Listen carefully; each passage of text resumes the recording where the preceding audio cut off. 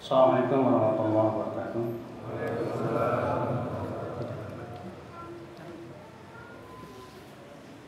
Alhamdulillah, nahmaduhu wa nasta'inuhu wa nastaghfiruh wa na'udzu billahi min shururi anfusina wa min sayyiati a'malina.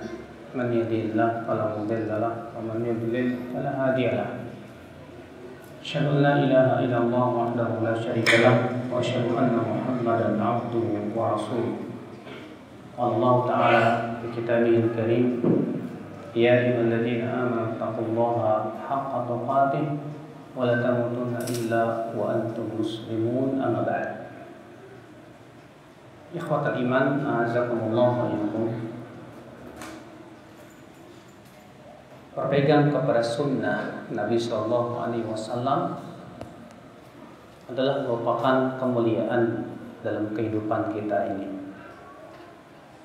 Kenapa demikian? Karena Allah memerintahkan kita untuk menaati Rasul,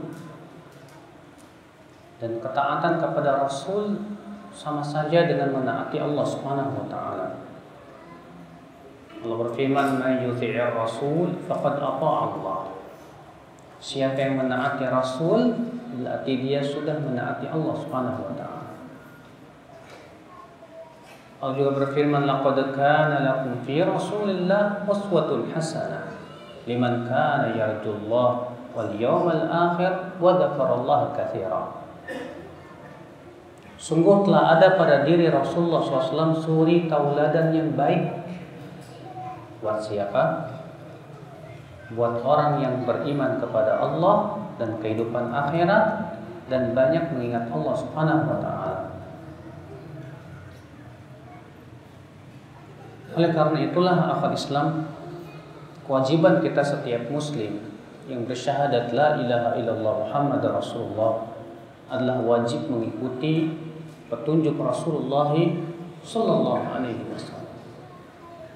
Dan Allah Subhanahu wa taala mengancam orang yang menyelisih perintah Rasul dengan dua ancaman, dan dua-duanya pahit.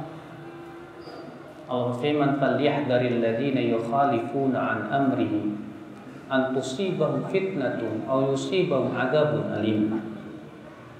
Hendaklah waspada orang-orang yang menyelisih perintah Rasul itu untuk ditimpa fitnah atau ditimpa azab yang pedih. Di sini Allah Subhanahu wa taala mengancam orang yang menyelisih perintah Rasul dengan dipilih salah satu dari dua ancaman, ditimpa fitnah atau ditimpa adab yang pedih. Apa yang dimaksud dengan fitnah di situ? Imam Ahmad berkata, al-fitnatu hiya syirk. Fitnah yang dimaksud dalam ayat itu adalah kesyirikan, di mana seseorang sengaja menyelisih perintah Rasul, maka Allah pun jadikan hatinya condong kepada kesyirikan. Dan tentu akal Islam, ya, ketika hati seorang hamba condong kepada kesyirikan, ini musibah berat bagi hidup dia. Oleh karena itulah ya akal Islam, azakumullah wa iyyakum, setiap kita wajib ya senantiasa mengikuti dan menapaki jejak kaki Rasulullah sallallahu alaihi wasallam. Karena itu ya sunnah Rasul sallallahu alaihi wasallam, kata Rasul disebutkan dalam hadis, menyebabkan kita ya akhwat Islam azakumullah tidak akan pernah tersesat selama-lamanya. Beliau bersabda, "Taraktu fikum al-amrayn ma in tamassaktum bihima lan tadillu." Aku tinggalkan untuk kalian dua perkara. Selama kalian berpegang kepada dua perkara tersebut, kalian tidak akan sesat selama-lamanya. Apa itu? Kitabullah wa sunnah. Kitabullah dan sunnah. Di sini dikeluarkan Imam Al-Hakim dan yang lainnya. Juga Rasulullah SAW ketika menyebutkan tentang munculnya perpecahan dalam tubuh umat Islam, maka Rasulullah SAW memberikan solusi perpecahan itu adalah dengan cara berpegang kepada sunnah. Beliau bersabda dalam riwayat Imam Tirmidzi, Abu Daud, Nasai dan Tirmidzi berkata hadis ini hasan sahih dari hadis Al-Irbad bin Sariyah, "Fa innahu man ya'ish minkum fasayara ikhtilafan katsira. Sesungguhnya orang yang hidup di antara kamu nanti, dia akan melihat perpecahan, perselisihan yang banyak. Kemudian Nabi memberikan solusinya apa? Apa solusi perpecahan? Kata beliau apa? Fa'alaikum bisunnati. Di saat kalian melihat perpecahan itu, fa'alaikum, fa' di sini li ta'qib, yang punya makna bahwa ketika kita melihat perpecahan dalam tubuh umat Islam, maka kewajiban yang harus kita lakukan adalah fa'alaikum bisunnati wa sunnatil khulafa'ur rasyidin al-mahdiyyin. Hendaklah kalian berpegang kepada apa? Sunnahku dan sunnah khulafa'ur rasyidin yang tertunjuki setelahku. Ikhwatul iman, azakumullah wa iyyakum. Sunnah yang dimaksud di sini bukan artinya dalam ilmu fikih kalau dilakukan dapat pahala, ditinggalkan tidak dosa. Bukan itu yang dimaksud. Akan tetapi yang dimaksud di sini sunnah adalah semua yang diajarkan oleh Rasulullah SAW. Semua tuntunan-tuntunan Rasulullah SAW itulah sunnah. Akhul Islam, azakumullah ya. Sebagian ulama mengatakan as-sunnatu kasafinatin nuh. Sunnah Nabi itu seperti perahunya Nabi Nuh. Faman raqibaha naja. Siapa yang naik dia akan selamat. Faman lam yarkabha lan yanju. Dan siapa yang tidak naik dia tidak akan pernah selamat. Maka siapa yang ingin selamat akhwat Islam dari syubhat, dari syahwat, dari kesesatan, dari penyimpangan, maka hendaklah ia menaiki kapal sunnah Rasul sallallahu alaihi wasallam. Akhwat Islam, azakumullah ya. Namun Nabi sallallahu alaihi wasallam mengabarkan bahwa akan datang suatu zaman, ya'ti 'alan nasi zamanun al-mutamassik bidinihi kal qabid 'alal jamar. Hadis ini dikeluarkan oleh At-Tirmidzi dan hadis ini dihasankan oleh Syekh Al-Albani rahimahullah dari beberapa jalan. Akan datang kepada manusia suatu zaman di mana orang yang berpegang kepada din, kepada agamaku, agama ini, dalam satu riwayat yang lain al-mutamassik bisunnati, orang yang berpegang kepada sunnahku itu seperti memegang bara api. Subhanallah, panas. Nabi sallallahu alaihi wasallam mengabarkan akan datang suatu zaman nanti. Orang yang berpegang kepada sunnah maka bagaikan memegang bara api. Al-Islam azakumullah. Kenapa sebabnya? Kenapa sih berpegang kepada sunnah Nabi itu panas ya Pak? Ini yang menjadi sebuah pertanyaan ya. Oleh karena itu panitia minta kepada saya untuk mengangkat pembahasan ini. Kenapa sih berpegang kepada sunnah Rasul itu kok seperti memegang bara api? Yang pertama, jawabannya karena Nabi Shallallahu Alaihi Wasallam mengabarkan bahwa nanti Islam akan kembali menjadi asing. Beliau bersabda, Innal Islam bada'a ghariban wa sayaudu ghariban kama bada'a fatuba lil ghuraba. Islam akan dimulai dalam keadaan asing dan nanti akan kembali menjadi apa? Asing. Tuba. Apa itu tuba? Syajaratun fil jannah, sebuah pohon di surga. Bagi siapa? Lil ghuraba, untuk orang-orang yang terasing.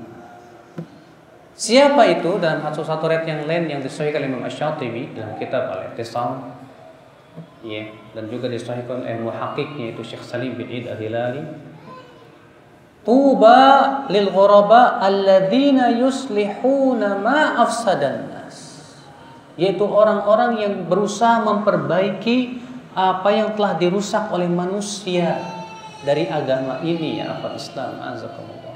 Berarti itu menunjukkan Pak, ya, keterasingan, beratnya berpegang kepada sunnah itu di saat sunnah sudah dirusak oleh manusia.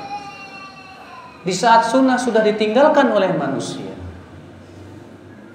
Sehingga akhirnya sunnah itu dianggap aneh. Ya. Makanya Abdullah bin Mas'ud radhiyallahu anhu berkata, "Kaifa bikum idza labisatkumul fitnah?" Bagaimana keadaan kalian apabila nanti fitnah akan menimpa kalian? Hatta tutakhadha sunnah, sehingga nanti fitnah itu akan dianggap sunnah. Ya. Yansha'u fiha as-saghir wa yahram fiha al-kabir. Di mana anak kecil tumbuh di atas fitnah itu. Orang menjadi tua di atas fitnah itu.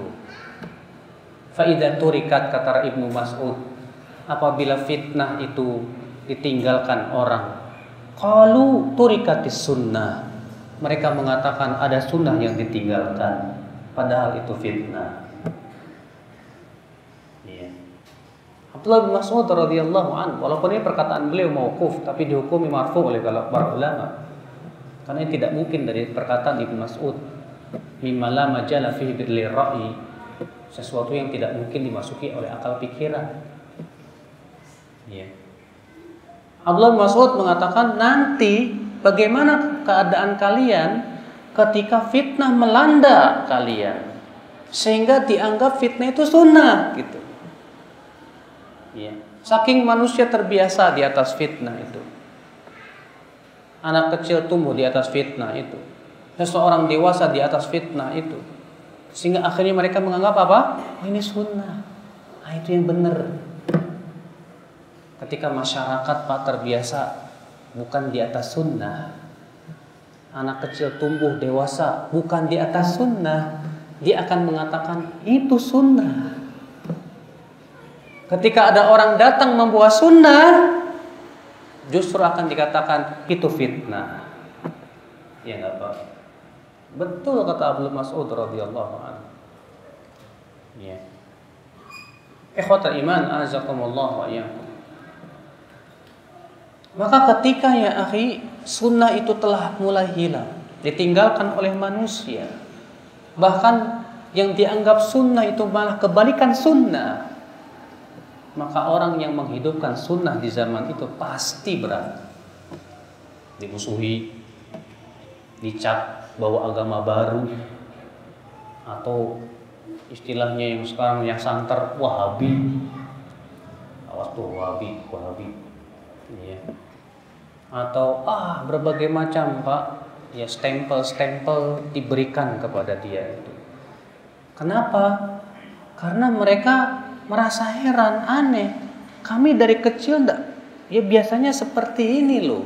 Kok kamu aneh sendiri? Bapak-bapak kami dulu juga melakukan begitu. Kok ya bapak-bapak kami nggak tahu perbuatan kamu itu? Jangan-jangan kamu yang sesat. Ikhwatul Islam, azakumullah wa iyyakum. Makanya orang-orang musyrikin Quraisy ya, ketika Rasulullah SAW menyeruakan sunnah, apa kata orang-orang musyrikin Quraisy? Inna wajadna aba'ana ala ummah wa inna ala atharihim muqtadun. Kami mendapatkan bapak-bapak kami di atas sebuah keyakinan. Ya, ternyata yang dibawa oleh Rasulullah tidak sesuai dengan keyakinan nenek moyang mereka. Di zaman sekarang pun ketika kita menyerukan sunnah Pak, ternyata sunnah tidak sesuai dengan keyakinan adat nenek moyang. Iya. Ketika di antara saudara kita mulai berdakwah ya tentang kesyirikan yang ada di sebagian di masyarakat. Iya. Apa kata mereka? Diam kamu. Ini keyakinan nenek moyang kami. Dan nenek moyang kami lebih banyak makan garam dari kamu. Sehingga akhirnya keyakinan nenek moyang tidak boleh diotak-atik Pak. Siapapun yang mengotak-atik keyakinan nenek moyang, ya mungkin bagi mereka itu harga mati akal Islam. Nah disitulah letaknya ya akhi. Kenapa kemudian berpegang kepada sunnah menjadi apa? Bagaikan memegang bara api. Ya. Akhwal Islam azakumullah, ini sebab yang pertama. Kenapa memegang sunnah Nabi itu seperti memegang bara api? Sebab yang kedua, ya kata para ulama, li'annal haqqa thaqil, karena kebenaran itu berat. Ya.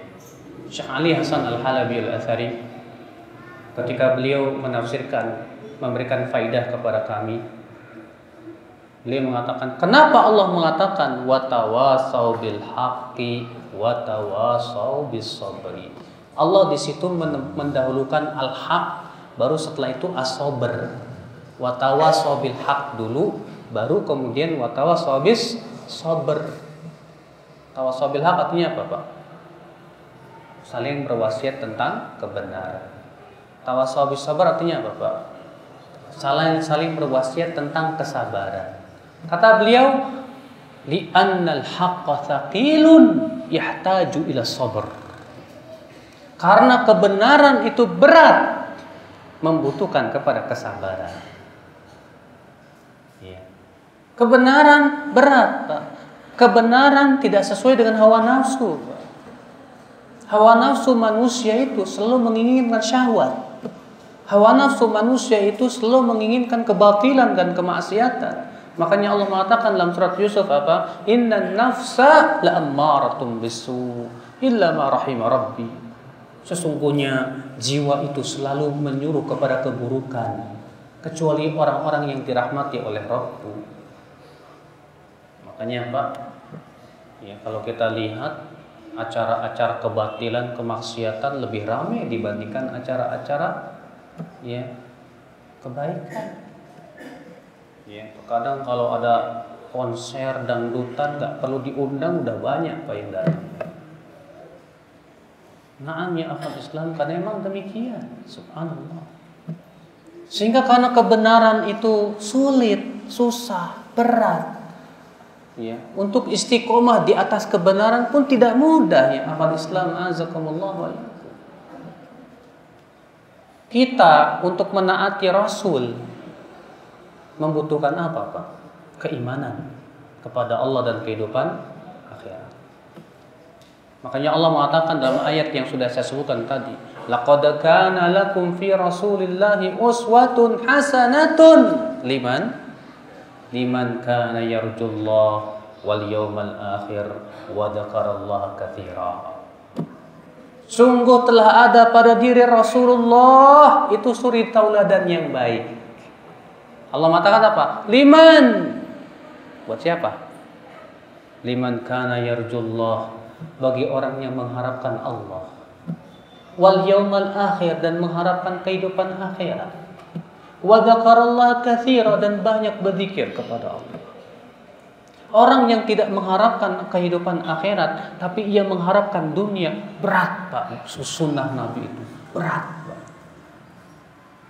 Orang yang menginginkan kedudukan, menginginkan harta, menginginkan dunia, di hatinya yang ada di hatinya itu dan pikirannya cuma dunia, berat amalin sunnah. Ya. Makanya kan ada orang berkata, ini agama apa sih, dikit-dikit nggak boleh, ini nggak boleh, bang nggak boleh, ini nggak boleh, itu nggak boleh, berat sekali. Subhanallah. Kita katakan iya, karena hati anda dipenuhi dengan cinta dunia. Kalaulah hati anda dicintai dengan cinta akhirat dan mengharapkan keridhaan Allah semata, dan di hati anda selalu yang diingat adalah Allah Rabbul Izzati wal Jalalah, saya yakin anda akan menjadi orang yang paling tunduk kepada Allah dan Rasul. Makanya ya akhwat Islam azakumullah, ternyata untuk mengikuti sunnah Rasul itu butuh apa, Pak? Butuh mujahadah. Apa itu mujahadah? Bersungguh-sungguh berjihad melawan hawa nafsu. Sahih tidak? Iya. Jangan jauh-jauh lah. Nih jenggot. Kalau saya emang ada jenggotnya, ada dikit Pak. Mungkin kalau kayak bapak ini, masya Allah. Terkadang untuk ya berpegang kepada jenggot ini, ya di suatu tempat yang orang nggak biasa berjenggot, berat. Ya. Karena kan isu teroris kuat banget, sehingga orang yang berjenggot itu belum apa-apa udah awas anak buah bin Laden, teroris dan yang lainnya. Tak mudah kan? Padahal cuma jenggot. Ya, apalagi antum yang berat yang di militer, wah itu Pak lebih payah lagi akhal Islam azakumullah ya. Ya. Jenggot itu seakan-akan sesuatu yang menyeramkan. Ada itu sunnah Rasul tidak? Sunnah Rasul. Ada teman kita Pak, sampai diingkari oleh orang tuanya. Kamu ngaji kemana? Kau sekarang berjenggot. Kamu ngaji kemana? Jangan-jangan kamu aliran sesat. Loh kok jenggot identik aliran sesat? Bingung saya.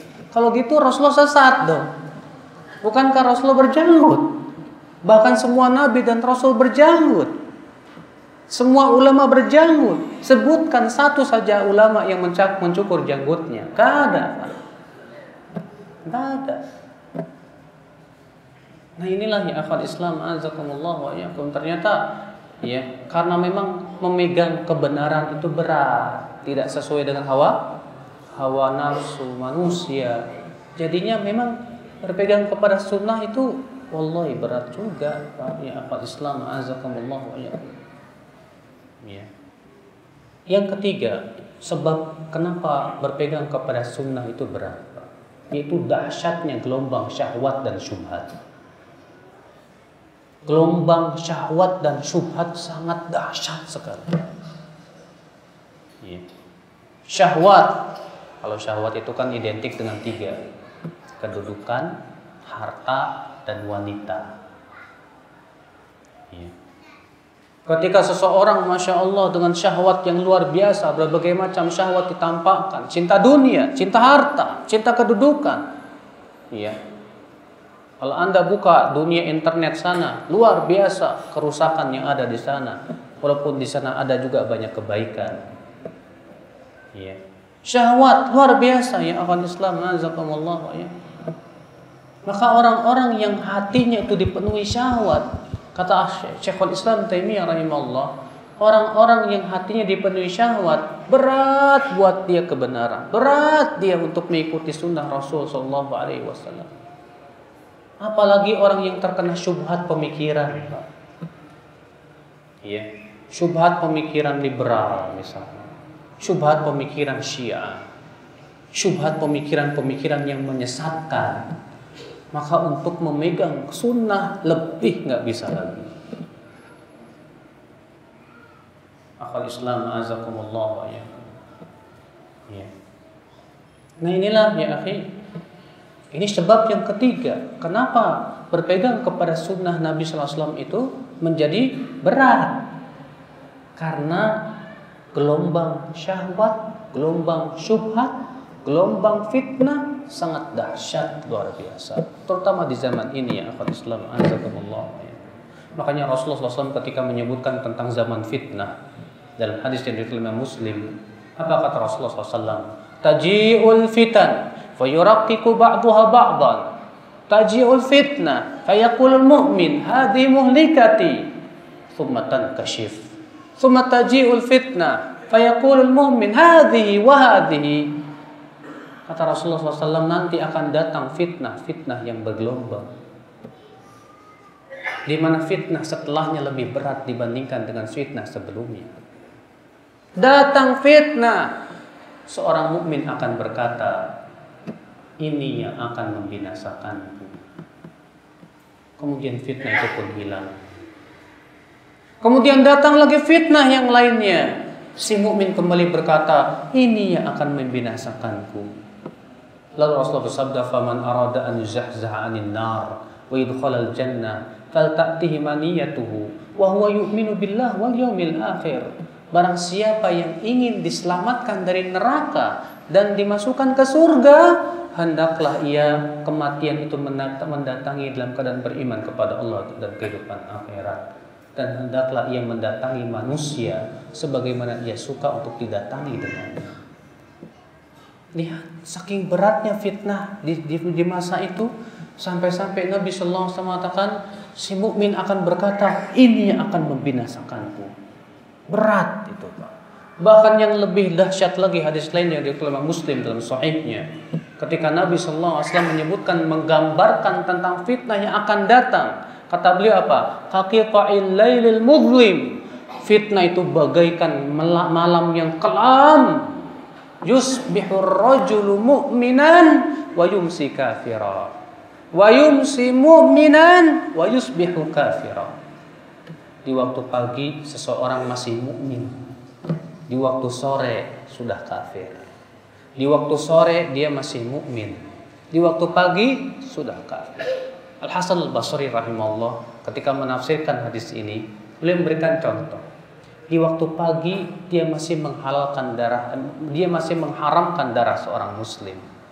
Di waktu sore dia sudah menghalalkan darah seorang muslim.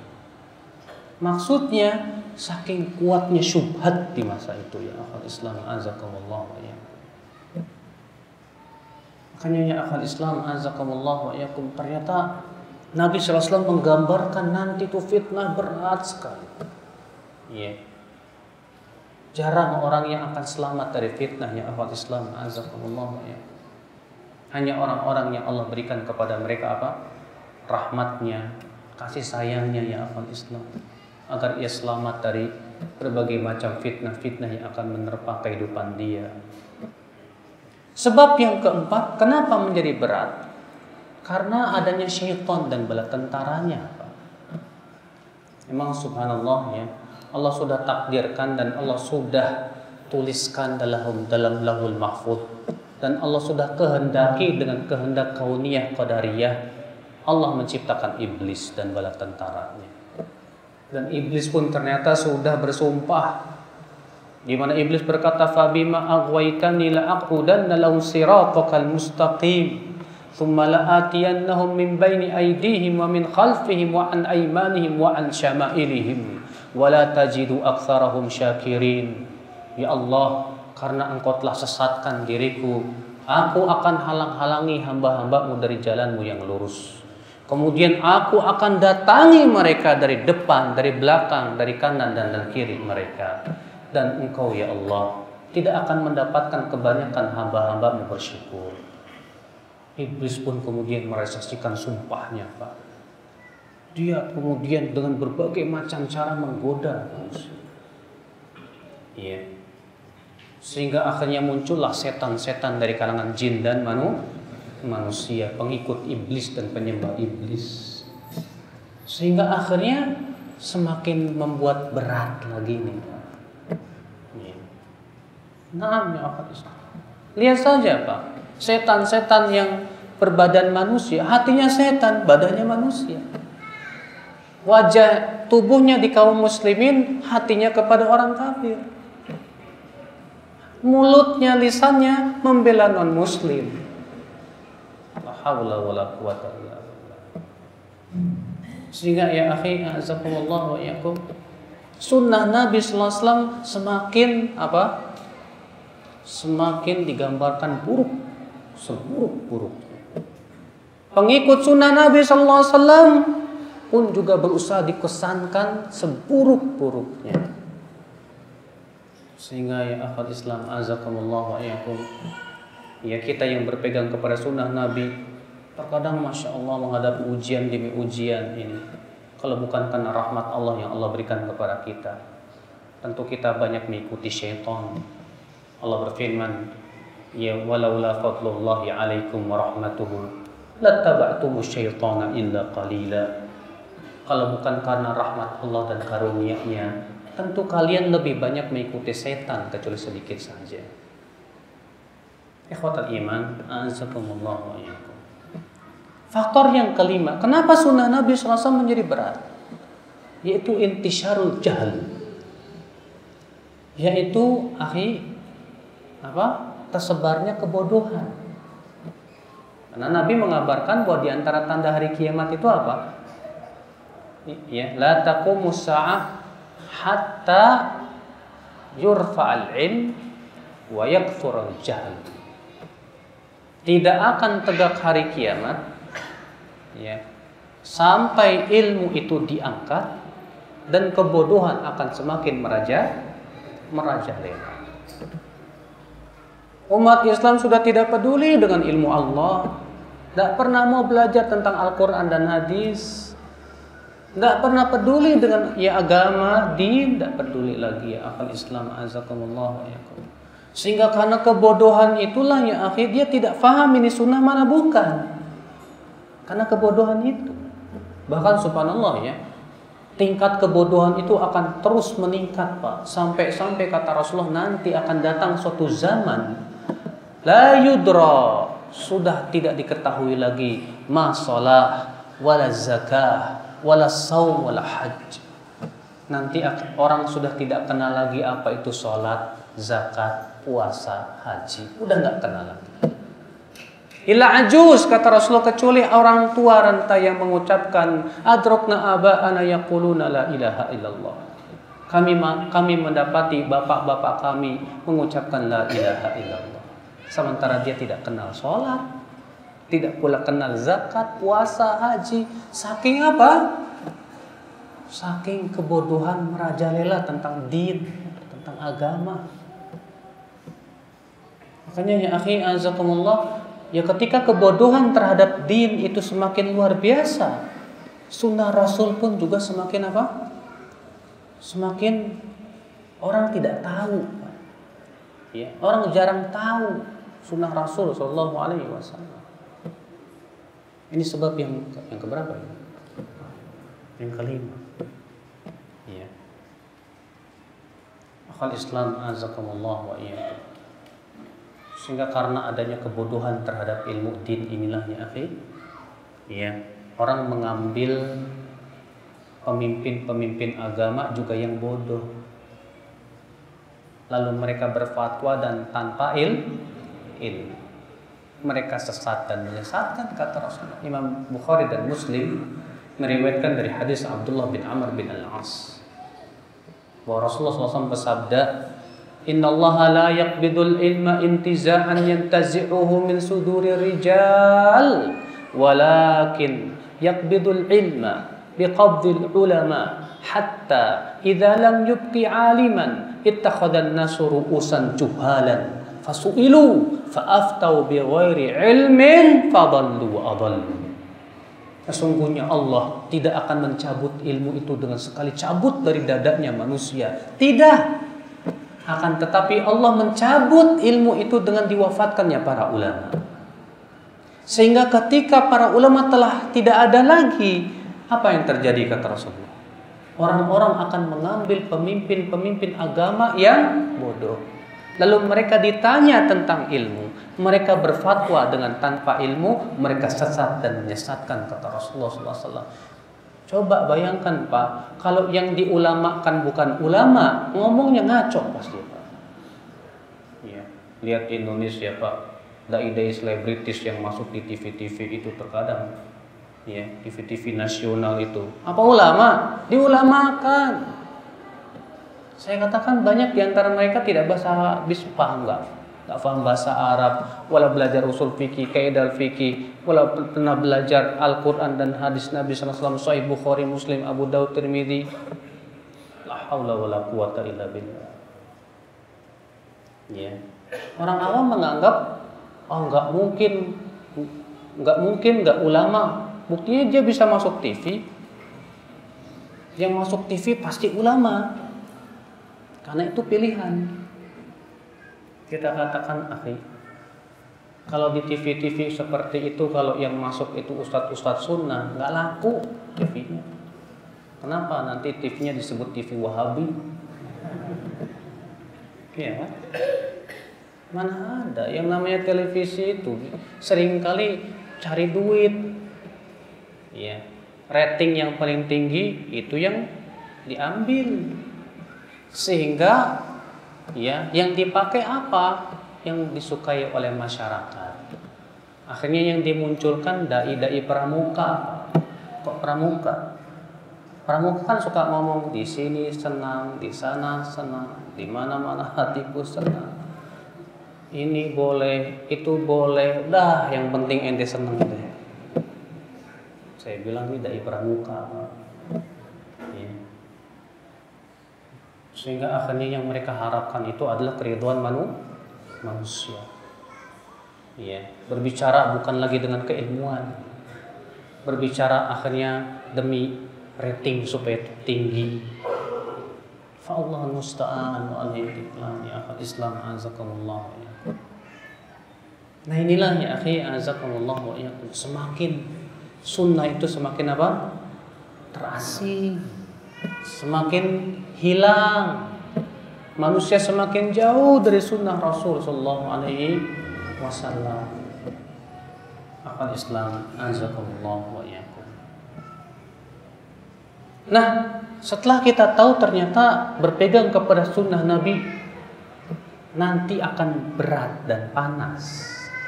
Pertanyaan selanjutnya adalah, lalu bagaimana sikap kita? Bagaimana kita harus bersikap, Pak? Ketika kita berpegang kepada sunnah, ternyata apa? Dimusuhi orang. Ketika kita berpegang kepada sunnah Nabi SAW, ternyata dituduh oleh orang dengan tuduhan yang macam-macam. Bagaimana sikap kita kalau begitu ya akhwat Islam azakumullah wa iyyakum.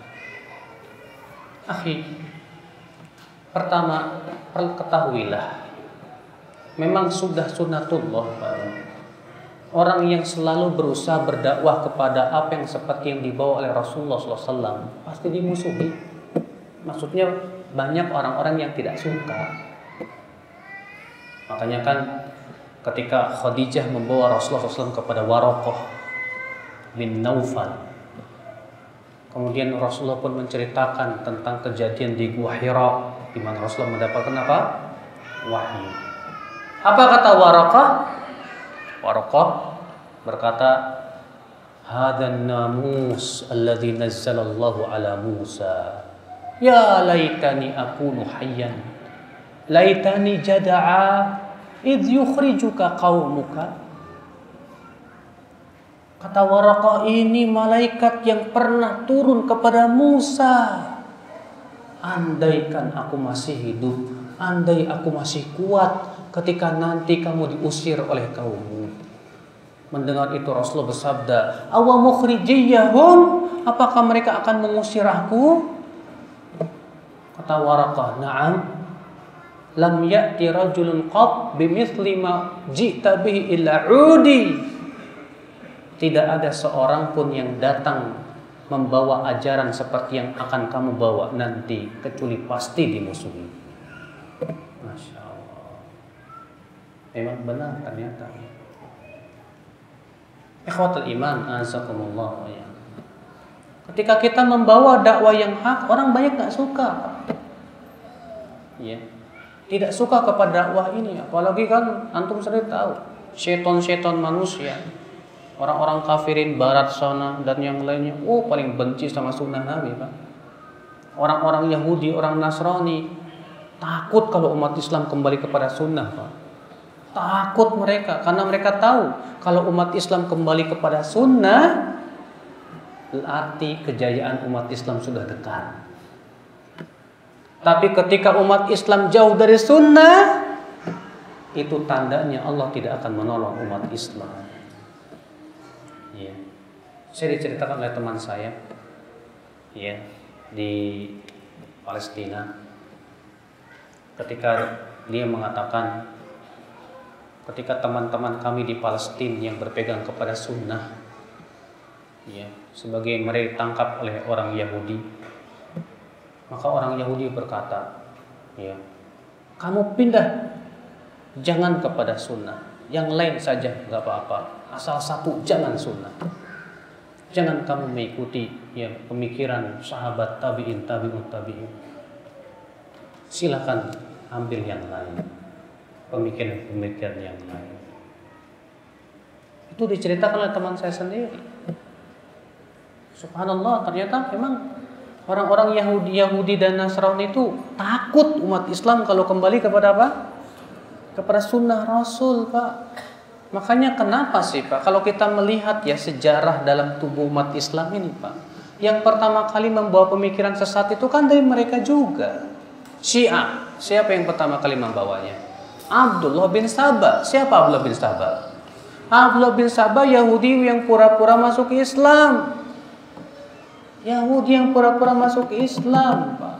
Dia yang mencetuskan pemikiran Rafidhah yang mengatakan bahwasanya ya Ali bin Abi Thalib itu yang paling berhak menjadi khalifah. Bahkan kemudian mereka mengatakan bahwa para sahabat itu sudah merubah-rubah Al-Qur'an. Ya. Orang-orang Syiah Rafidhah itu, Pak, sebetulnya lebih menghina Al-Qur'an, Pak. Karena mereka mengatakan Al-Qur'an yang ada di Ahlus Sunnah wal Jamaah sudah tidak otentik lagi. Sudah tidak otentik lagi. Cuman kan mereka tidak sadar ketika ada seorang gubernur mengatakan Al-Qur'an bohong, ribut. Tapi ketika orang Rafidhah mengatakan Al-Qur'an tidak otentik, kok diam saja, aneh. Itu lebih menghina lagi, Pak. Sama penghinaan terhadap Al-Qur'anul Karim, ya akal Islam, azakumullah wa iyyakum. Ya. Tentu kedua-duanya kita tidak suka, ya akal Islam. Siapapun yang menghina Al-Qur'an, kita tidak boleh ridho, kita tidak boleh suka. Karena kita yakin bahwa Al-Qur'an itu pasti dijaga oleh Allah Subhanahu wa ta'ala. Allah berfirman, "Inna nahnu nazzalna dzikra wa inna lahu lahafizun." Sesungguhnya kami yang telah menjaga Al-Qur'an dan kami yang telah menurunkan Al-Qur'an dan kami pula yang akan menjaganya. Sudah dijamin oleh Allah, dijaga. Nah, ini akal Islam, azakumullah wa iyyakum. Ya. Pada waktu itu akal iman, azakumullah wa iyyakum, orang-orang Yahudi dan Nasrani berusaha terus. Antum tahu tidak, Pak? Pemikiran Qadariyah bahwa takdir itu tidak ada, asalnya dari mana, Pak? Imam Muslim meriwayatkan dalam sahihnya di hadis number 1. Ya, nomor 1, raqam wahid. Beliau menyebutkan sanadnya kepada Yahya bin Ya'mar. Beliau berkata begini, "Kana awwalu man takallama fil qadar bi Basrah Ma'bad al-Juhani." Adalah yang pertama kali berbicara tentang takdir itu di kota Basrah. Namanya Ma'bad al-Juhani. Ya. Di mana Ma'bad al-Juhani mengatakan takdir itu tidak ada dan Allah tidak mentakdirkan segala sesuatu. Bapak tahu siapa Ma'bad al-Juhani? Ternyata Ma'bad al-Juhani ini berguru kepada seorang Nasrani namanya Susan. Pemikiran Qadariyah diambil dari orang Nasrani ini, Pak. Namanya Susan itu, Pak. Bukan Susana ya, Pak ya. Susan. Dia mengambil pemikiran Qadariyah. Dicuci otaknya tuh sama orang Nasrani ini. Dilepaskan kepada tengah-tengah kaum muslimin, lalu menyebarkan pemikiran sesat bahwa Allah tidak mentakdirkan segala sesuatu. Kata Yahya bin Ya'mar, "Fantalaqtu ana wa Humaid bin Abdurrahman al-Himyari ila Makkah tahajaini aw muhtamirain." Lalu aku pun pergi bersama temanku Humaid bin Abdurrahman al-Himyari menuju Mekah untuk haji atau umrah. Faufiqna bi Abdullah bin Umar dakhilan al-masjid. Dan ternyata kami bertemu dengan Abdullah bin Umar yang sedang masuk masjid. Faqtanaftu ana wa sahibi ahaduna fi an yaminihi wal akhar an shimalihi aw kama qala. Lalu kami pun menggandengnya. Lalu kami berkata, "Hai Aba Abdurrahman, telah muncul di negeri kami suatu kaum yang mereka itu mencari ilmu-ilmu aneh dan nyeleneh. Katanya takdir enggak ada." Maka Abdullah bin Umar berkata apa? Ya, akhbir idza laqita haula fa akhbirhum. Kalau kamu bertemu dengan mereka, kabarkan kepada mereka bahwa aku berlepas diri dari mereka dan mereka berlepas diri dari aku. Ternyata apa pemikiran Qadariyah, siapa yang memunculkannya? Ma'bad al-Juhani, yang ternyata ia dicuci oleh orang Nasrani. Bapak tahu ya, sebuah kerajaan yang pada waktu itu kerajaan tersebut dikafirkan oleh banyak para ulama, namanya Banu Fatimiyah. Banu Fatimiyah ini Pak disebut juga ya, itu keturunan daripada Ubaidillah bin Abil Qaddah. Dialah yang pertama kali membangun sebuah kekuatan yang kemudian berhasil menguasai apa? Menguasai Mesir pada waktu itu. Makanya Mesir dikuasai oleh Banu Ubaidiyin, dan Banu Ubaidiyin dikafirkan oleh para ulama karena keyakinan yang sangat menyesatkan. Di antaranya mengatakan bahwa Al-Qur'an itu ya tidak asli lagi. Di antaranya mengingkari banyak sekali syariat-syariat Allah Subhanahu wa taala, mengkafirkan para ummahatul mukminin dan yang lainnya, Pak. Siapa ternyata yang membangunnya? Ubaidullah bin Abil Qaddah. Siapa Ubaidullah bin Abil Qaddah? Orang Yahudi yang pura-pura masuk Islam. Apa yang perlu kita lakukan ketika berpegang kepada sunnah Nabi itu menjadi panas bagaikan memegang bara api? Tentu yang pertama adalah as-sabr, yaitu memaksimalkan kesabaran kita. Dimana kesabaran kita harus betul-betul ekstra. Sebab apabila kita lepas itu sunnah, maka akan menjadi api neraka untuk kita. Sedangkan kesabaran di dunia bermanfaat, sementara kesabaran di neraka sudah tidak ada manfaatnya. Allah berfirman, islauha fasbiru aw la tasbiru sawa'un 'alaikum. Rasakan kerasnya ya siksa api neraka ini. Silahkan kamu sabar atau kamu tidak sabar, sama saja buat kamu. Maka tentu kita lebih memilih sabar di dunia daripada sabar di neraka. Sabar di dunia manfaatnya besar. Sabar di dunia itu pasti akan mendatangkan pertolongan Allah Subhanahu wa taala. Allah berfirman, "Innallaha ma'as sabirin." Sesungguhnya Allah bersama orang-orang yang sabar. Barangkali ada orang berkata, "Sampai kapan kita terus bersabar?" Ada orang punya persepsi katanya sabar itu ada batasnya. Iya. Terkadang kita mendengar ada orang berkata, kesabaran saya sudah mulai habis. Kita katakan, akhi, kesabaran itu tidak ada batasnya. Bahkan kita harus sabar sampai meninggal dunia.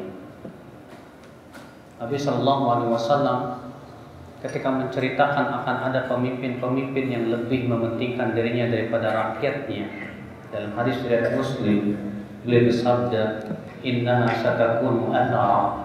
Sesungguhnya nanti akan ada al-athara. Siapa itu al-athara? Itu pemimpin-pemimpin yang lebih mementingkan dirinya daripada rakyatnya. Apa kata Rasulullah? Fasbiru, bersabarlah kalian. Sampai kapan? Hatta talqauni al-haud, sampai kalian berjumpa denganku di telaga haud. Sampai kalian berjumpa denganku di telaga haud. Nanti kita bersabar sampai kita meninggal, sampai kita wafat, kita terus bersabar ya apa Islam azakumullah ya.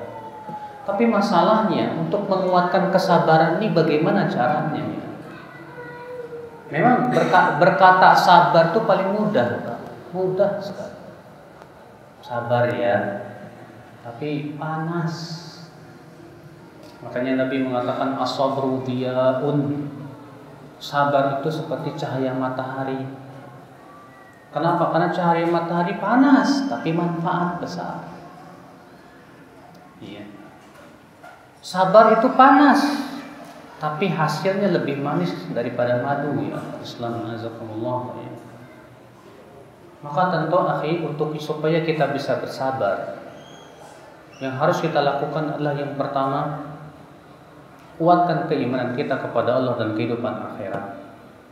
Yakinlah bahwasannya kita tidak akan lama di dunia ini. Oleh karena itu Allah berfirman, wa basyiris sabirin alladzina idza asabatuhum musibah qalu inna lillahi wa inna ilaihi raji'un. Berikan kabar gembira kepada orang-orang yang sabar itu. Siapa dia?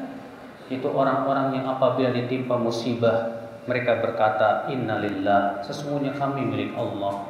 Wa inna ilaihi raji'un, sesungguhnya kami akan kembali kepada Allah. Kenapa ketika kita ditimpa musibah, kita disuruh mengucapkan ucapan ini, Pak?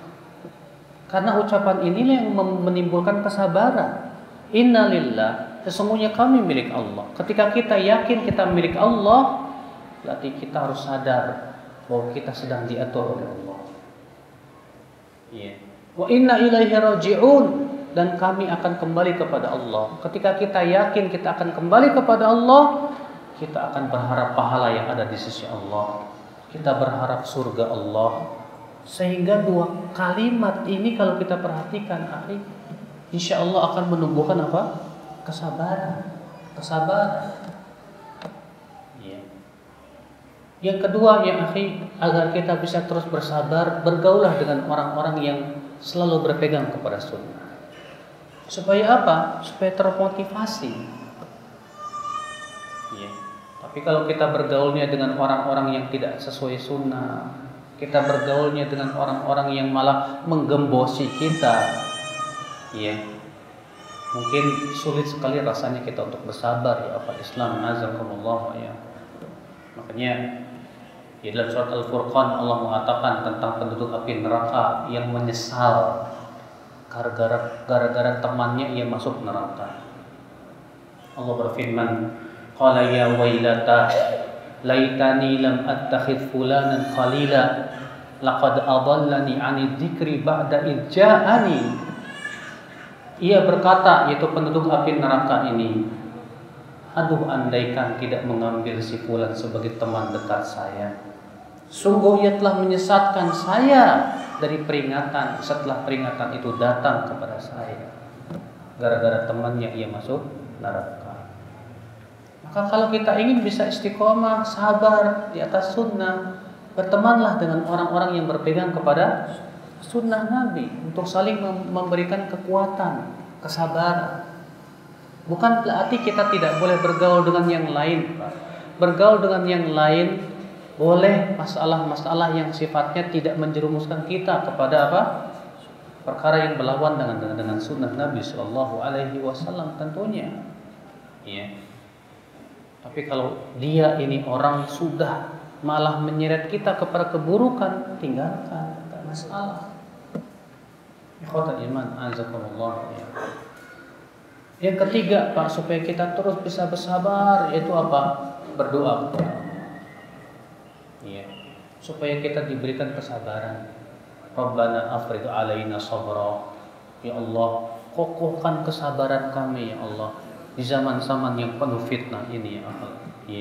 Nah itu yang harus kita minta kepada Allah Subhanahu wa taala. Supaya Allah kuatkan terus kita ini. Adalah Rasulullah SAW selalu berdoa apa? Ya muqallibal qulub, tsabbit qalbi ala din. Wahai yang membolak-balikan hati, kuatkan hatiku ini di atas agama. Itu Rasulullah SAW. Gimana kita? Rasulullah SAW yang imannya luar biasa begitu, Pak. Lebih kokoh daripada gunung. Ternyata Rasulullah mintanya seperti itu. Apalagi kita yang imannya Senin Kamis gini. Banyak-banyak minta. Ya muqallibal qulub, tsabbit qalbi ala dini. Wahai yang membolak-balikan hati, kuatkan hatiku di atas agamamu ini. Ini yang pertama, akhi, sabar. Yang kedua, jangan membalas sikap-sikap yang menyakitkan hati kita dengan sikap-sikap yang arogan. Jangan. Kalau mereka melecehkan kita, misalnya antum pakai jenggot, terus ada yang ngeledek kayak kambing, misalnya gitu. Antum jangan membalas, kamu kayak anjing, misalnya gitu. Nggak boleh. Karena kaidah Islam, akhi, bahwa kita tidak boleh membalas keburukan dengan keburukan. Kita tidak boleh membalas cacian dengan cacian, makian dengan makian, tidak boleh. Makanya Nabi SAW bersabda dalam hadis yang diriwayatkan oleh Tabrani, apa kata Rasulullah? Wa in imru'un syatamaka aw 'ayyaraka bi amrin laysa fika fala tu'ayyirhu bi amrin huwa fihi wa da'wa balahu 'alaihi wa ajruhu lak. Kalau ada orang yang mencaci maki kamu dan memburuk-burukan kamu dengan perkara yang memang tidak ada pada diri kamu, jangan kamu balas dengan cara kamu memburukkan dia, mencaci maki dia dengan perkara yang ada pada dia. Biarkan dosanya untuk dia, pahalanya untukmu. Selesai. Kalau kita dituduh sesat, nggak mudarat buat kita, nggak mudarat. Justru yang mudarat itu buat yang menuduh. Karena Nabi tegas mengatakan apa? Man qala li akhihi ya kafir wa fi riwayatin ya fasiq.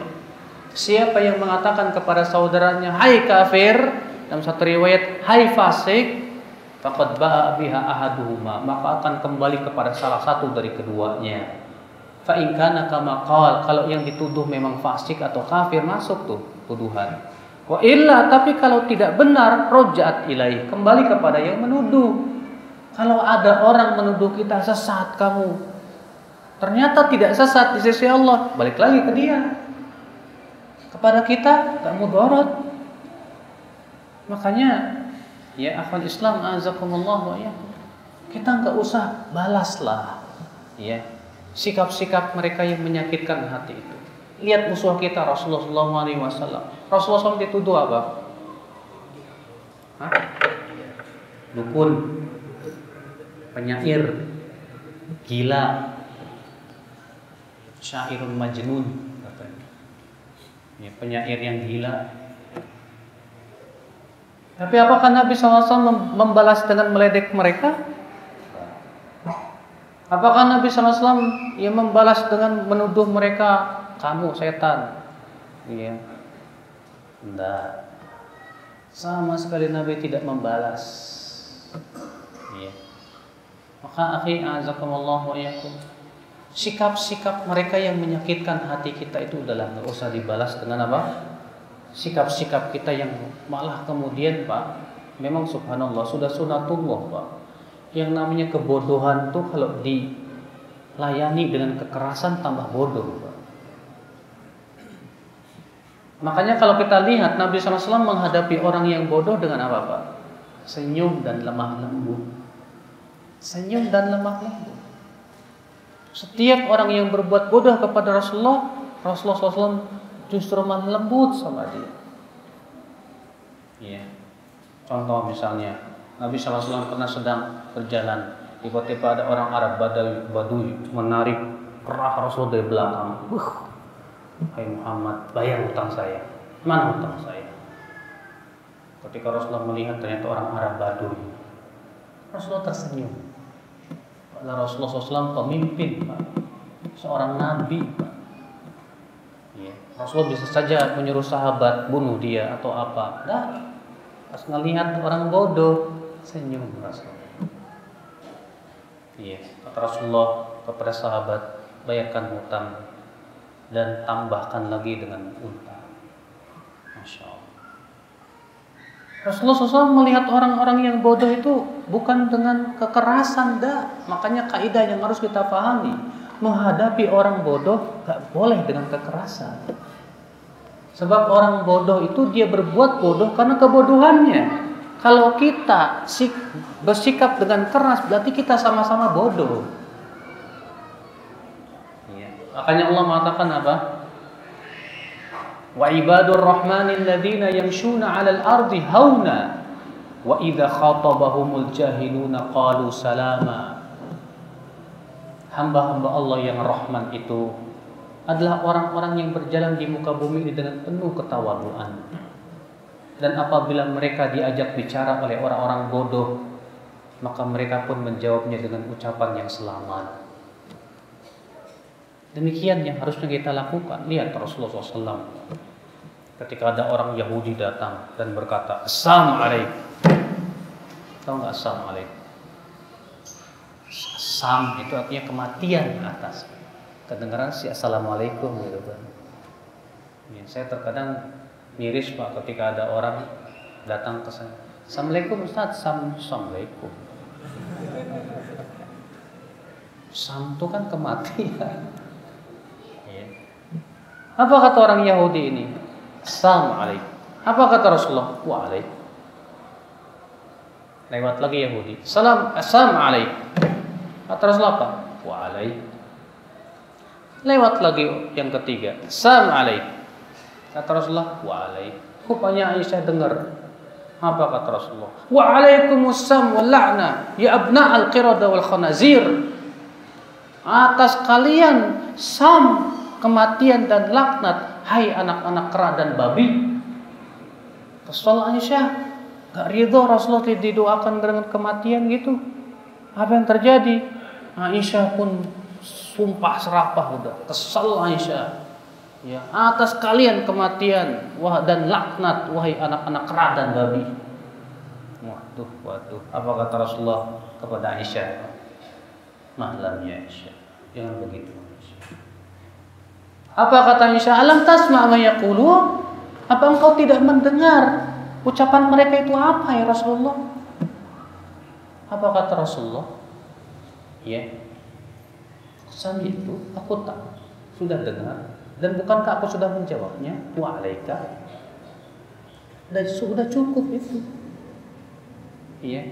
Artinya balaslah keburukan, ya sudah selesai seperti itu. Jangan berlebihan. Ya subhanallah, bagaimana Rasulullah SAW mengajarkan kepada kita apa? Adab, akhlak. Iya. Jangan membalas kebodohan dengan kebodohan. Salah besar ya akal Islam, azakumullah. Jangan sampai terpancing emosi lah. Ya. Kalau kita sudah terpancing emosi, kalau sudah emosi sudah meledak, yang ada bukan ilmu dan akal, yang ada apa? Ingin balas dendam. Pasti itu. Makanya ya akhi, azakumullah wa iyyakum, di saat seperti ini kita harus selain sabar, kita harus kuatkan akhlak kita, Pak. Emosi kita ini jangan sampai menjadi sesuatu yang kita dahulukan, Pak. Memang berat, tapi harus dilakukan. Iya. Makanya Rasulullah SAW memuji seorang sahabat, Imru Qais namanya. Apa kata Rasulullah? Inna fika la khoslataini yuhibbuhumallahu. Kamu punya dua perangai yang Allah cinta kepadamu. Apa itu ya Rasulullah? Al-hilm wal ana. Al-hilm itu artinya tidak cepat emosi. Dia bisa menahan apa? Emosinya. Di saat kesal, marah, dia bisa menahan. Wal ana itu artinya apa? Tidak tergesa-gesa dalam mengambil sikap, tapi dia memandang jauh ke depan. Apa kira-kira sikap yang paling maslahat? Nah itu ya akhi azakallah, kita sangat butuh kepada akhlak ini di zaman ini loh Pak. Ketika ada orang-orang bodoh yang mengucapkan kata-kata kepada kita, oh awas tuh Wahabi itu, wah kita marah. Ya, apalagi yang namanya di Facebook itu, waduh gitu.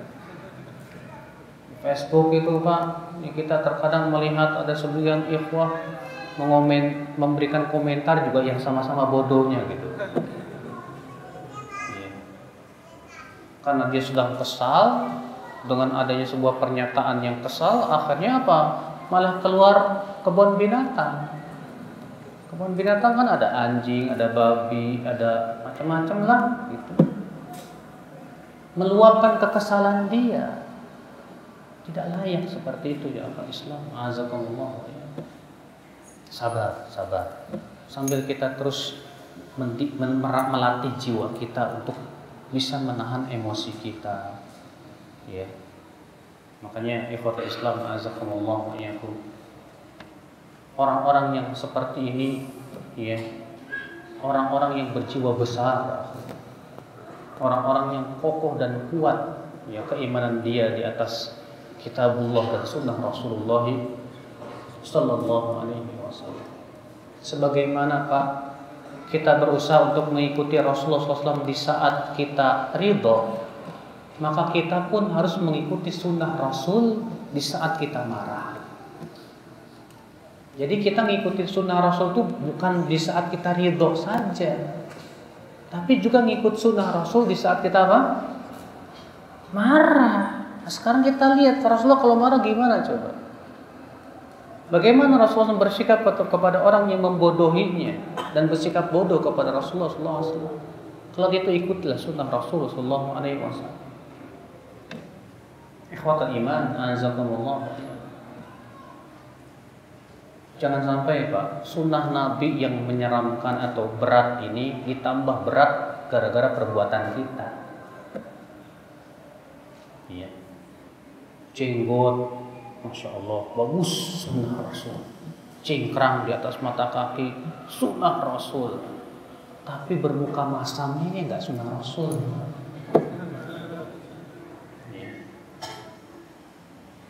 Ketemu orang bermuka masam gak mau senyum. Ini bukan sunnah Rasul. Rasulullah SAW bermuka masam kepada Ibnu Ummi Maktum yang buta. Allah mengatakan abasa wa tawalla an ja'ahul a'ma. Muhammad bermuka masam dan berpaling karena datang kepadanya orang buta. Nabi SAW bermuka masam kepada orang buta ditegur oleh Allah. Gimana kepada orang melek coba? Kepada yang buta saja ditegur oleh Allah, gimana kepada yang melek? Kita terkadang karena kita sudah merasa udah ngaji sunnah dan yang lainnya berjenggot dan yang lainnya ketemu orang cemberut, Pak. Melotot. Akhirnya orang semakin yakin teroris. Jenggot sunnah betul, di atas mata kaki sunnah betul, tapi tolong itu wajahnya pun harus sesuai sunnah. Senyum kepada orang. Kata Rasulullah apa? At-tabassum fi wajhi akhika shadaqah. Tersenyum di wajah saudaramu itu apa? Shadaqah. Ya. Berakhlakul karimah kepada tetangga kita, kepada sesama kaum muslimin. Penting sekali. Apalagi Nabi SAW ketika mengabarkan munculnya zaman fitnah, ternyata Rasulullah menitik beratkan kepada akhlak. Ya, kata Rasulullah SAW tadi sudah saya bukan hadisnya, taji'ul fitnah, akan datang fitnah. Mohon maaf, minumnya pakai tangan kanan ya, yang pakai tangan kiri. Taji'ul fitnah, akan datang fitnah nanti. Fayaqul mu'min akan berkata, ini yang akan membinasakan. Tsumma kashif, kemudian fitnah itu pun pergi. Tsumma taji'ul fitnah, lalu datang fitnah yang lainnya. Fayaqul mu'min, si mu'min lagi berkata, ini yang akan membinasakanku. Kemudian Rasulullah bersabda apa? Faman arada an yuzahza'a min nar wa yudkhalal jannah falta'tihi maniyatuhu wa huwa yu'minu billahi wal yawmil akhir wal ya'ti ilan nas bima yuhibbu an yu'ta ilaihi. Siapa yang ingin diselamatkan dari neraka dan dimasukkan ke surga, hendaklah kematian mendatanginya dalam keadaan beriman kepada Allah dan hari kehidupan akhirat, dan hendaklah ia mendatangi manusia sebagaimana ia suka untuk didatangi dengannya. Apa maksudnya itu coba? Maksudnya akhlaklah, berakhlak baiklah kamu. Sebagaimana kamu suka orang lain sopan santun sama kamu. Sebagaimana kamu suka orang lain itu berseri-seri wajahnya kepada kamu, hendaklah datangi seperti kamu suka untuk datangi dengannya. Ternyata Nabi di zaman fitnah, Pak, yang menganjurkan akhlak penting, Pak, akhlak. Bahkan di awal-awal Islam pun Nabi SAW selain mengajarkan akidah, akhlak juga. Ketika Heraklius bertanya kepada Abu Sufyan dalam hadis yang disebutkan dalam Sahih Bukhari dalam Sahihnya, ya, di hadis nomor 7 di bab kitab Bad'il Wahyi itu. Apa kata Heraklius kepada Abu Sufyan? Mada ya'muru hadan nabi? Apa sih yang diperintahkan oleh Nabi itu? Apa kata Abu Sufyan? Yaqul wa'budullah wa la tusyriku bi syai'a wa ya'muruna bis shalah was-sidq wal afaf was-silah. Nabi itu berkata, beribadahlah kalian kepada Allah saja, jangan sekutukan Allah sedikit pun juga. Dan Nabi itu memerintahkan kami untuk sholat, bersikap jujur, ya, menjaga kehormatan diri dan menyambung silaturahmi. Ternyata setelah Abu Sufyan menyebutkan tentang akidah, lalu sholat, lalu apa? Akhlak. Maka dari itulah ya akhi azakumullah yang penting, Pak. Di zaman penuh fitnah, dalam keadaan di saat sunnah Nabi ini terasa berat, akhlak kita itu betul-betul kita kuatkan juga kepada manusia. Ya. Kita tetap tersenyum, kita tetap lembut, tetap kita sikapi dengan akhlak yang baik, yang karimah. Ya. Walaupun memang itu tidak mudah, semua itu membutuhkan kepada kekuatan, keyakinan dan keimanan kepada Allah Subhanahu wa taala. Nah ini akhi azakumullah wa iyyakum. Iya. Semoga yang saya sampaikan pada malam ini bermanfaat dan kita buka tanya jawab sampai jam 9. Ada yang mau nanya enggak? Enggak ada ya?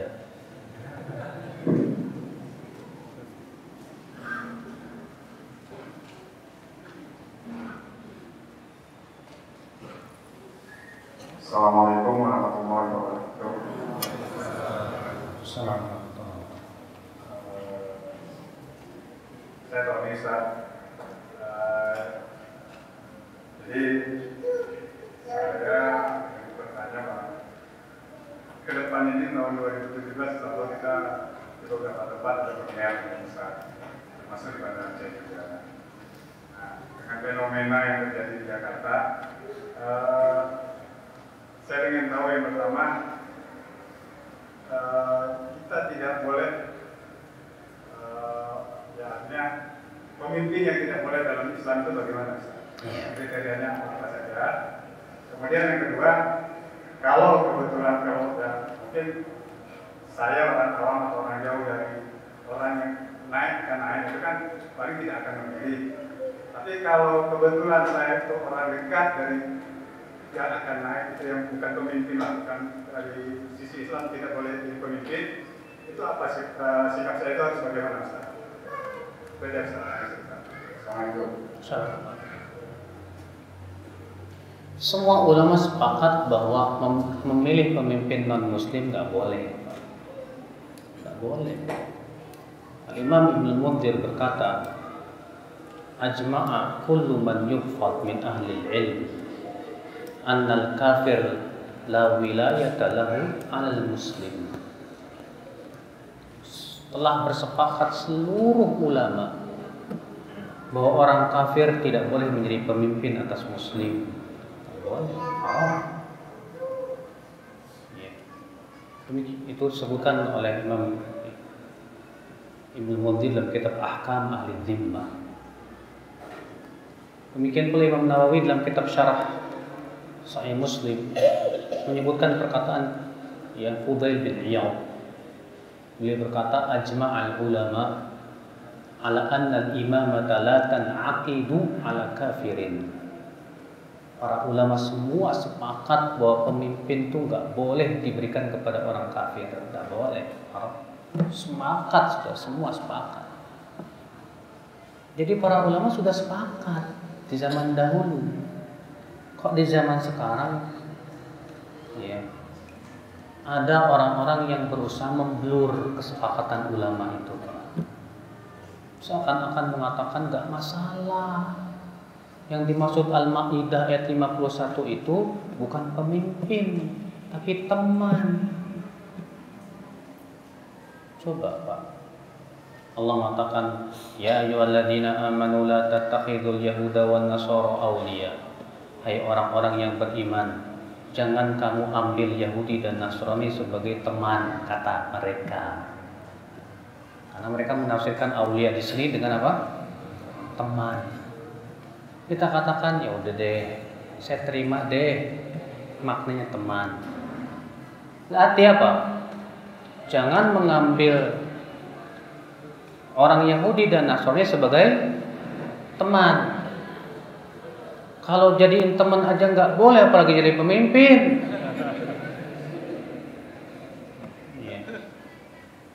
Dan kamu hai muslim, kenapa kamu malah berteman sama dia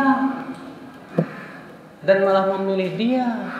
Kalau kamu memang menafsirkan maknanya itu teman, buktinya kamu jadikan dia sebagai teman. Gimana sih ini? Ya. Itu kalau benar penafsirannya teman, maknanya teman, Pak.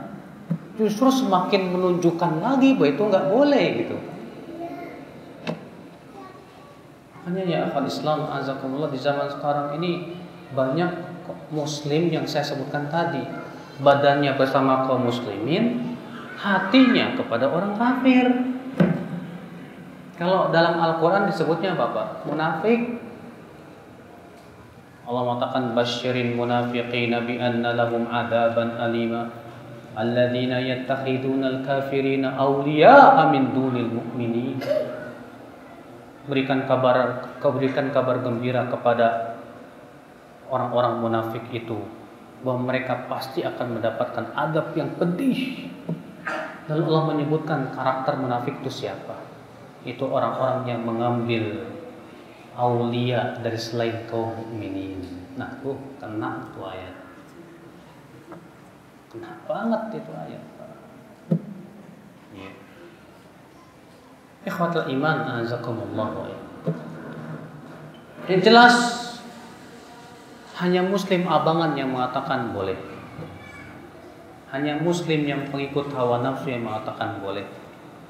Ataupun muslim yang peduli dengan agamanya, yang ia faham Al-Quran dan hadis, tak akan pernah mengatakan boleh. Karena setelah saya sebutkan tadi ijma' para ulama sepakat semuanya tidak boleh. Ya. Kalau sudah seperti itu bagaimana ya? Kalau sudah seperti itu umat Islam kewajiban dia, mereka semua nggak boleh milih non muslim, selesai. Ya. Maka dari itu akal Islam masalah-masalah seperti ini Pak ya. Pertama kita berusaha supaya ikatlah kaum muslimin dengan para ulama. Dengan para ulama besar terutama. Supaya para ulama mereka yang memberikan fatwa yang diterima, yang didengar dan yang lain. Tapi masalahnya kan Pak, ya, malah kemudian ulama itu nggak dihormati, yang susah. Kalau ketika ulama sudah nggak dihormati, nggak didengar, lah susah sudah. Ya. Makanya kewajiban kita ikutilah para ulama. Tanyalah dalam permasalahan kepada para ulama. Supaya apa? Supaya kita terbimbing. Yang paling tahu tentang agama ini siapa? Kalau bukan para ulama. Kalau kayak saya cuma LC, tahu nggak LC? Lecek, lucu. Ya. Kalau kata istri saya lumayan cakep. Nggak punya hak untuk berfatwa masalah-masalah besar. Maka tanya kepada para ulama yang mereka memang diberikan oleh Allah keilmuan yang dalam, ya, kefaqihan dan yang lain. Allahu a'lam. Ada yang bertanya?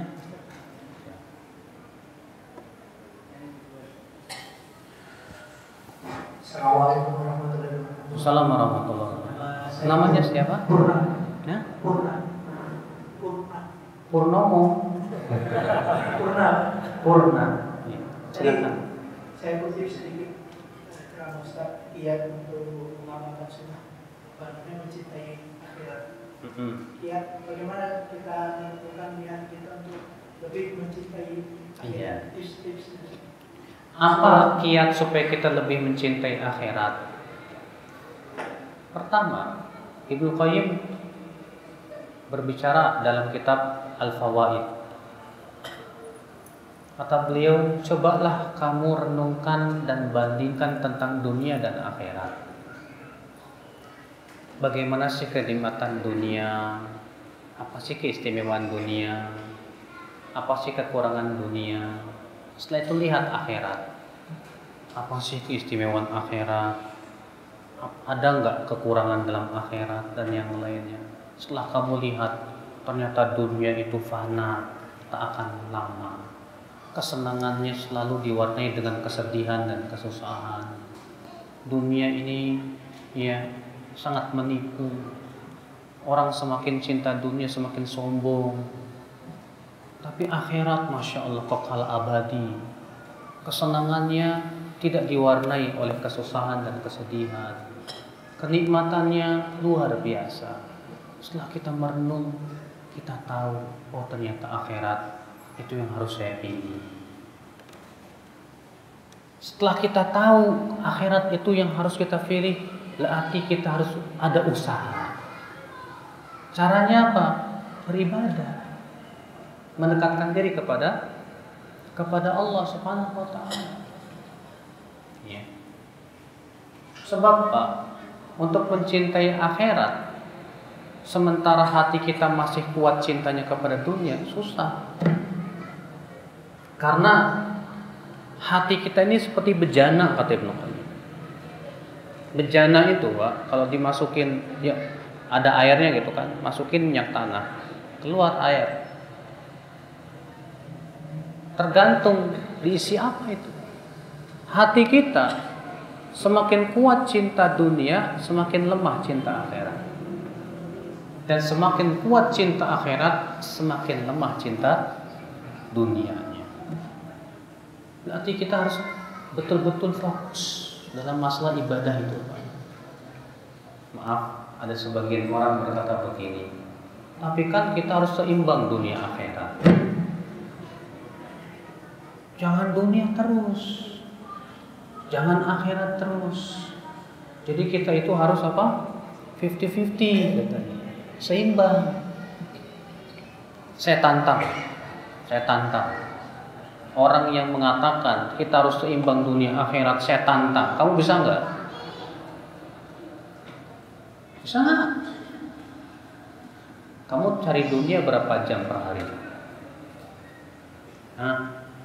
Kamu kerja berapa jam per hari? 8 jam. Kalau kamu cari dunia 8 jam, kalau istilah seimbang itu 50-50. 8 jam cari dunia, 8 jam cari akhirat. Bisa nggak lo?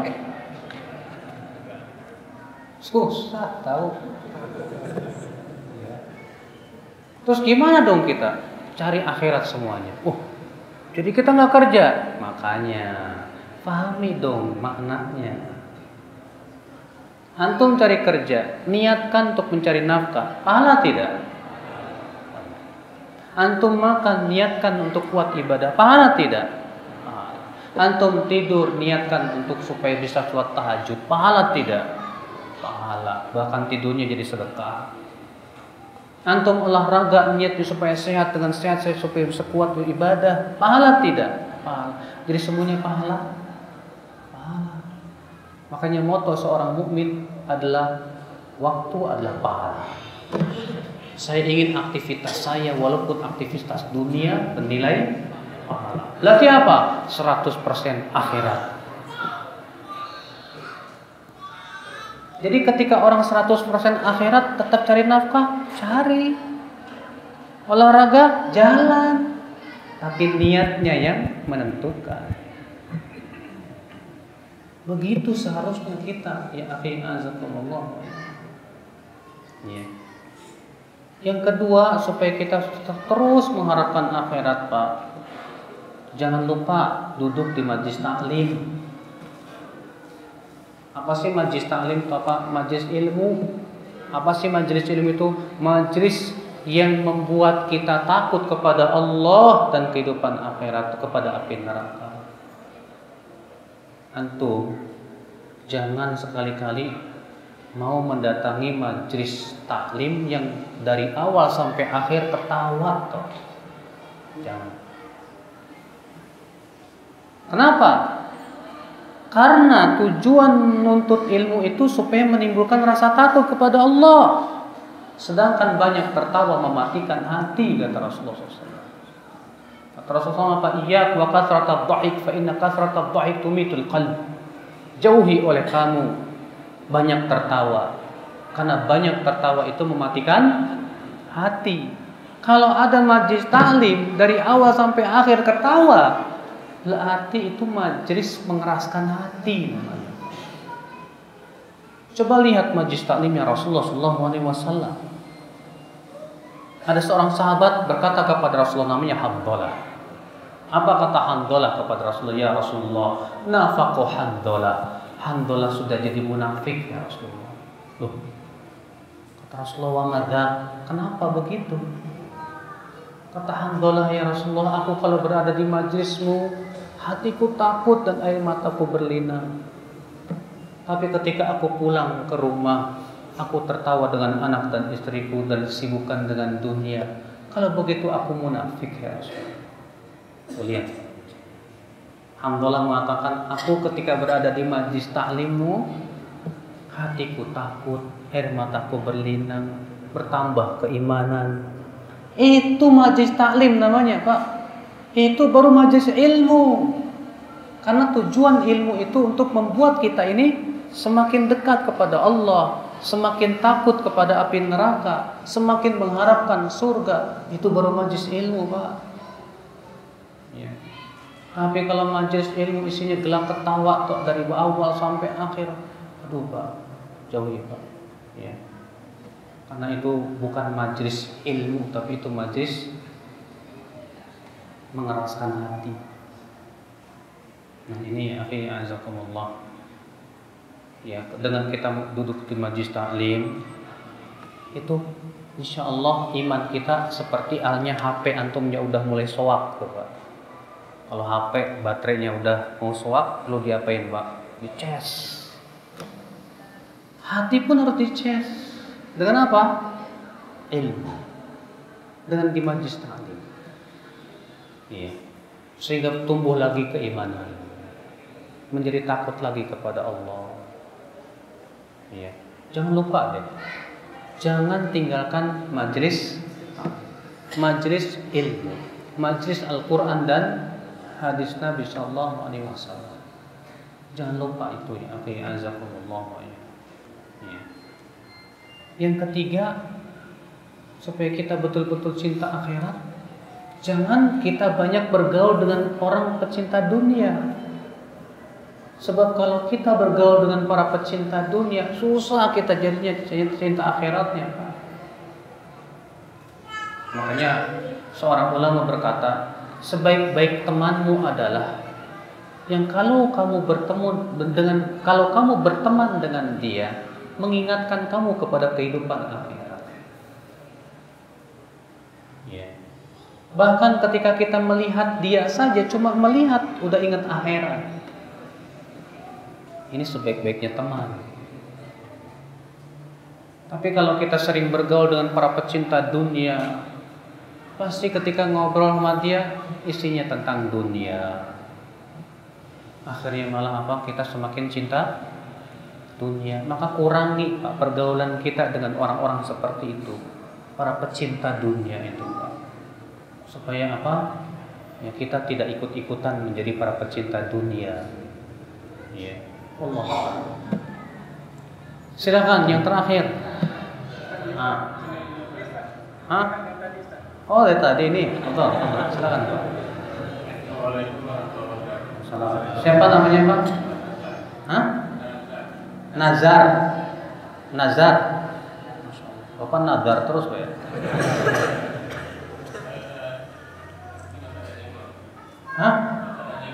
Oh jenggot, kenapa Pak jenggotnya Pak?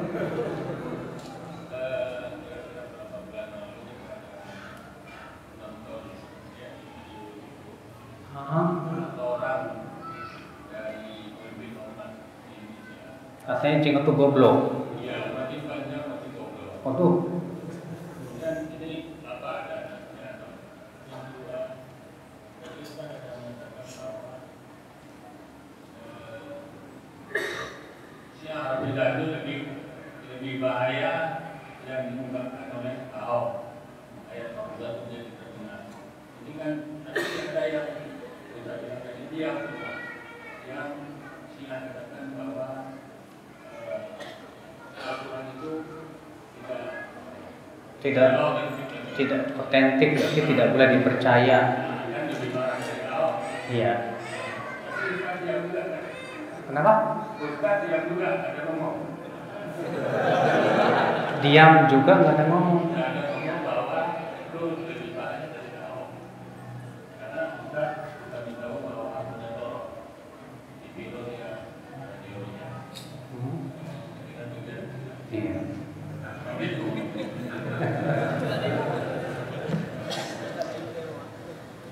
Bapak bilang di Roja kita diam. Bapak perlu tahu Pak, yang namanya televisi dan yang lain tuh ada undang-undangnya di KPI. Kalau sudah mengangkat nama orang, berarti sudah masuk pada undang-undang. Kita melihat maslahat dan mafsadah. Gara-gara itu televisi kita ditutup sama pemerintah, mundur jadi lebih besar. Tapi kalau saya berceramah bukan di televisi, saya sebut namanya. Tapi kalau di televisi beda, apa ada undang-undangnya Pak. Bapak tanya deh ke KPI langsung, apa undang-undang dalam bertelevisi? Tanya. Kalau kita ngomongin orang, kalau sudah ngomong orang, disebutkan nama, waduh. Media sunnah ini Pak, orang itu berusaha terus mencari kesalahan kita. Orang Syiahnya, orang liberalnya, orang-orang yang gak suka kepada sunnah berusaha bagaimana supaya media-media sunnah ini dicabut izinnya. Nah, kita tentunya jangan sampai memberikan peluang. Kita harus menutup semua pintu-pintu itu. Kenapa kok di Roja gak pernah nyebut-nyebut ya nama Ahok itu misalnya? Ya Allah Pak. Ya. Kata seorang ulama, orang berakal dengan isyarat sebetulnya sudah cukup. Tanpa harus nyebut nama, orang sudah paham sebetulnya. Iya kan?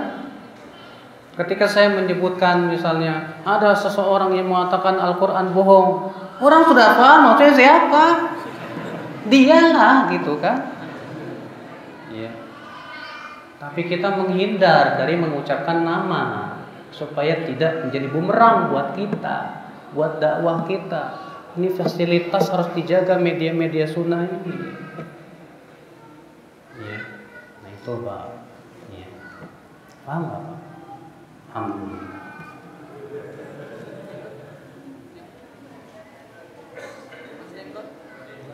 Jenggot.